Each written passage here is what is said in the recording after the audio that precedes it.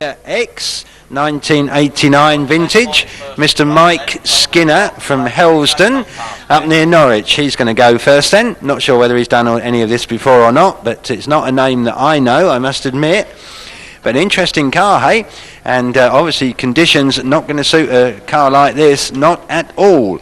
But anyway, we wish him well. They get one warming up lap, and then they get two against the watch, if my memory serves me. It's been a long time since we've done this, but yes, it's one warming up and two against the watch. So this is just his warming up. And this time he goes away then. So off he goes on the first of his 2 laps. Remember, it's a total of the 2 together that takes the £10, which I think there was some talk that I was putting up. So down the back straight then goes the Granada. They're a big wallowy car really for this sort of weather, aren't they? But he's it's got enormous power, of course. Oh dear, a bit too much power almost. But he's safely through 1 lap, and his time there is 21.71. Very, very respectable for a big car like this. They are a handful. So 21.71 for lap number 1 for Mr. Skinner from Helsden. And through he comes to complete his second. This is not going to be a bad time, you know. Up to the line, across, he's safe and well, so be pleased with that.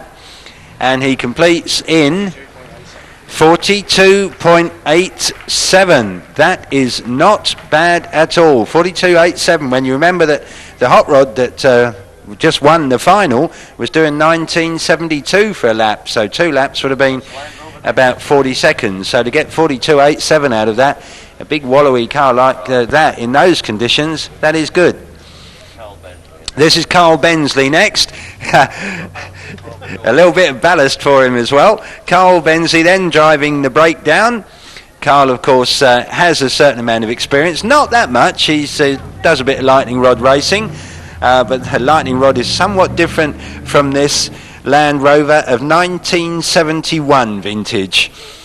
So one of the breakdowns then entering into the spirit of things.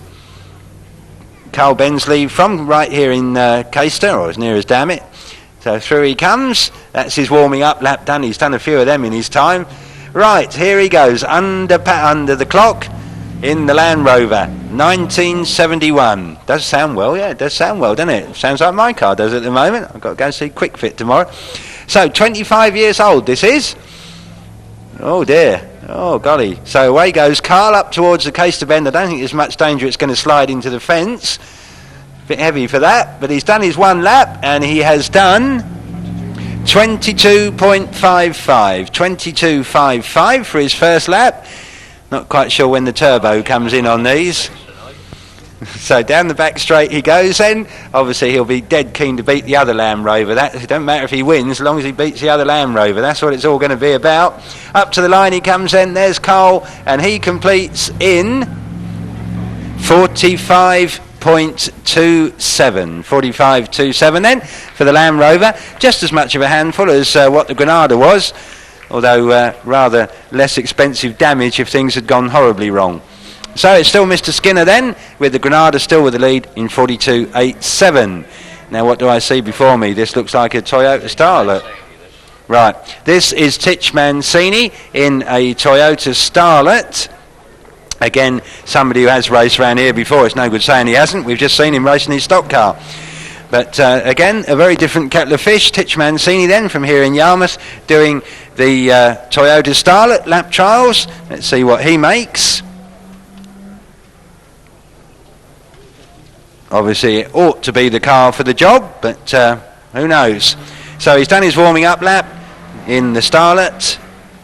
Titch Mancini. I imagine you will be seeing this as a stock car in the not distant future. That's where all Toyota Starlets usually end their days. So perhaps even by the end of the season. Oh, Titch. Oh. Well, that has clearly cooked the goose there on the Caister bend with Titch getting it all wrong. Rev it up a bit if I was you, Titch. Through he comes. Oh dear, don't sound well. First lap, 28.6. 28.6 for Titch. So Mr. Skinner with the Granada can breathe again. I don't think Titch is going to threaten that one now. The spin on the Caister bend has put paid to that, but it's still going to be half respectable even allowing for that. Up to the line he comes, and he gets across and now completes in a total of 49.2. 49.2 then for Titch Mancini, even with a spin. So it does show what can be done. Thank you, Mag. So Titch Mancini then, there he is, the Toyota Starlet. As we said, I dare say before the end of the year, that one will be a stock car for somebody. Very nice too.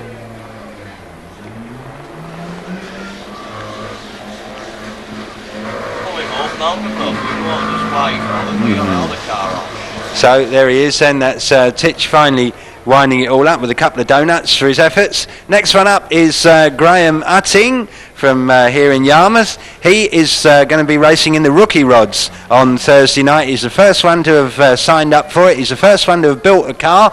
He has got an XR2 that's going to be racing in the rookie rods on Thursday. So there's a little bit of free practice for him, crafty practice as well, in the 1981 Ford Fiesta. So Graham Utting then, he is very, very keen stock car man is our Graham. He goes here, there and everywhere. He's seen more races than I've had hot dinners, I think, so he ought to know how to do it. This is, I think, an 1100 Escort, 1100 Fiesta, if my memory serves me. But he did give me a good race to Brentwood one day with it. So through comes Graham then. It's not going to set the world alight, but at least it's going to be in one piece, and he has done 22.31. 22.31 then for Graham. Come on, Graham, give it some welly, my man, as he heads down the far side. Come on, Graham, they're shouting. Come on, come on. Oh, not too much, Graham. Right, through he comes then and up towards the checkered flag. Graham Utting then, he completes in 44.37. 44.37, the least powerful car out there. Well, I imagine the Starlet's not all that powerful, but that's only 1100 Fiesta, I think, so that's not too bad for Graham. 44.37, and he has absolutely and definitely not really raced around here properly before. He's been out in a banger and a stock car, guesting in the Mancini cars every now and again, but he's certainly not what you'd call a proper racer. Righto, the next breakdown goes away, this one being driven by Dean Weston. Dean Weston then going in this one. Now obviously his main objective is to beat the Carl Bensley time, which was 45.27 in the other breakdown. So let's see how Dean makes out then. This is 1973, so it's 2 years newer than the other one. Across the start finish he goes then. Fastest has been all night, isn't it? So Dean Weston from Hemsby. So down the far side he goes. I'm looking at the old clock and we're already up to 15, 16. Time is ticking on. The other breakdown did 22.55 for lap one, and this one has done 22.4. So the newer one, fraction ahead. Come on, Carl, get out there and stand in the middle of the track down the far side. Stop him, for heaven's sake. He's going to get this. So Dean Weston then heading up towards the Caister Bend, fractionally quicker. The other one had 45.27 as a final time. What has this one made as he gets across the line now? 44.77. Carl, you will never live this down. And you call yourself a racing driver. Half a second there it was, the difference between the two of them. But it's still not the quickest. The quickest is still with the Fiesta, with the Granada, 42.87. The Granada that went off first, 42.87. Mr. Skinner still holding pole position. This looks as though it means business though. It's obviously something to do with Exmouth Road Garage, depending on the stripes. I wonder who's driving. This is Brian Curtis, who has done a bit of stock car racing in his time. Normally races stock car 39. Had to be a Mancini crew in those colours. Now it looks the business, but is it all look and no go? We will see. Mark 1 Escort then, obviously good vintage again. We are talking here 1973, but for all that it is in good condition and it does look nice. So up towards the pits goes Brian then. He's done his warming up lap. This is his first. Obviously one of these very quick in a straight line, maybe lacking a little on the bends. Carrying a lot of weight at the front with all those lights as well. Through he comes then, one lap done, and that is 21.55. 21.55, so if he doubles that he could take it. 21.71 the Granada had, So he's fractionally quicker than that. So this could be the quick one of the night. Brian Curtis then, is he going to get there? Up towards the line he comes. It's all going to be very, very tight between this and the Granada. Down goes the flag, down goes the watch. And he has done 42.99. It's not as quick as the Granada. The Granada made 42.87 and the Escort made 42.99. So it's still the Granada who holds the upper hand in this one. They'll be having a steward's inquiry in a minute and saying he had the best of the weather because it's still raining. Anyway, the Granada still holds it. Out comes a Citroen. I'm not sure if this is Monsieur Leblanc, is it? Yeah. Sparks of which vintage, Gary or David? Gary Sparks. Gary Sparks in driving the Citroen. Someone again who has been known to do a spot of racing in his time, but never in one of these. Gary Sparks, normally Superstock 612, and he wins more races than most in his Superstocks, but see how he makes out in the Citroen then. He's done his one warming up lap. Now, this could be a bit interesting. He can drive, make no mistake about this. This is one of the most talented drivers in East Anglia by a long way. But again, it's a bit of a wallowy car, the Citroen. I'm not sure what sort this is. They have some funny names for their cars, don't they? Anyway, through he comes. That's his first lap, and he has done 21.52, so it's on the pace.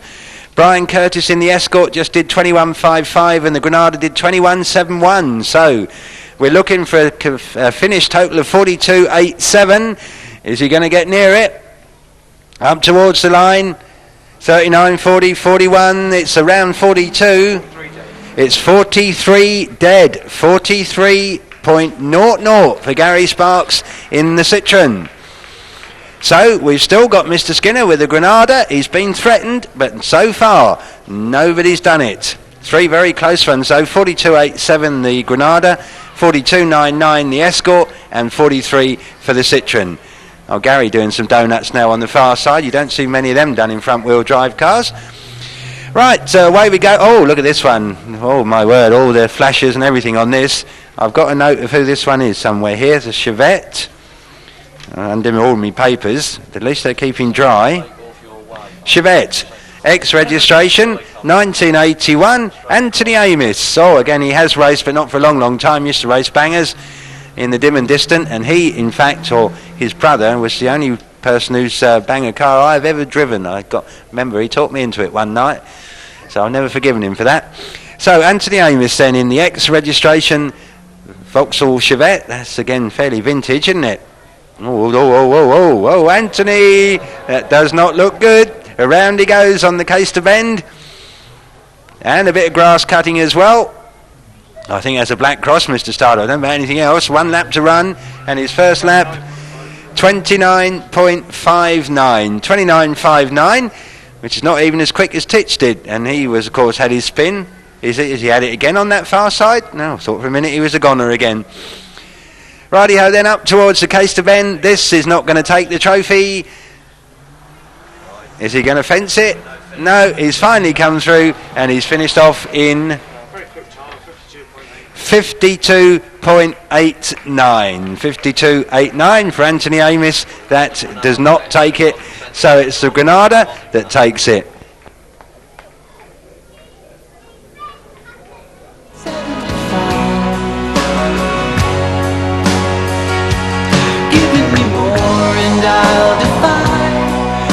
Right, so there you have it then. That's the production car lap trials. We did spring it on you tonight, but even so, to get 7 out, 1, 2, 3, 4, 5, 6, 7, yeah, 7 or even 8, possibly even to get that many was quite good at such short notice. So thanks to everyone that took part in that. It's something we used to do every week. We haven't done it for ages and ages, but we might do it again one night. So if we do, you know, it's easy as that. That's all you got to do. And the winner, I hate to bring this subject up as I have not got £10 on me, but we will see that the winner gets £10 in due course. He's got to go to the office. The draw is tenner. Yeah, he does say that. Cool, does he, by George? Well, here he is then, the man who wins it. He went off first. He went out in the biggest car there, a real old handful, but he managed to do it. It's Mr. Skinner, the Ford Granada driver, who takes victory in the production car lap trials.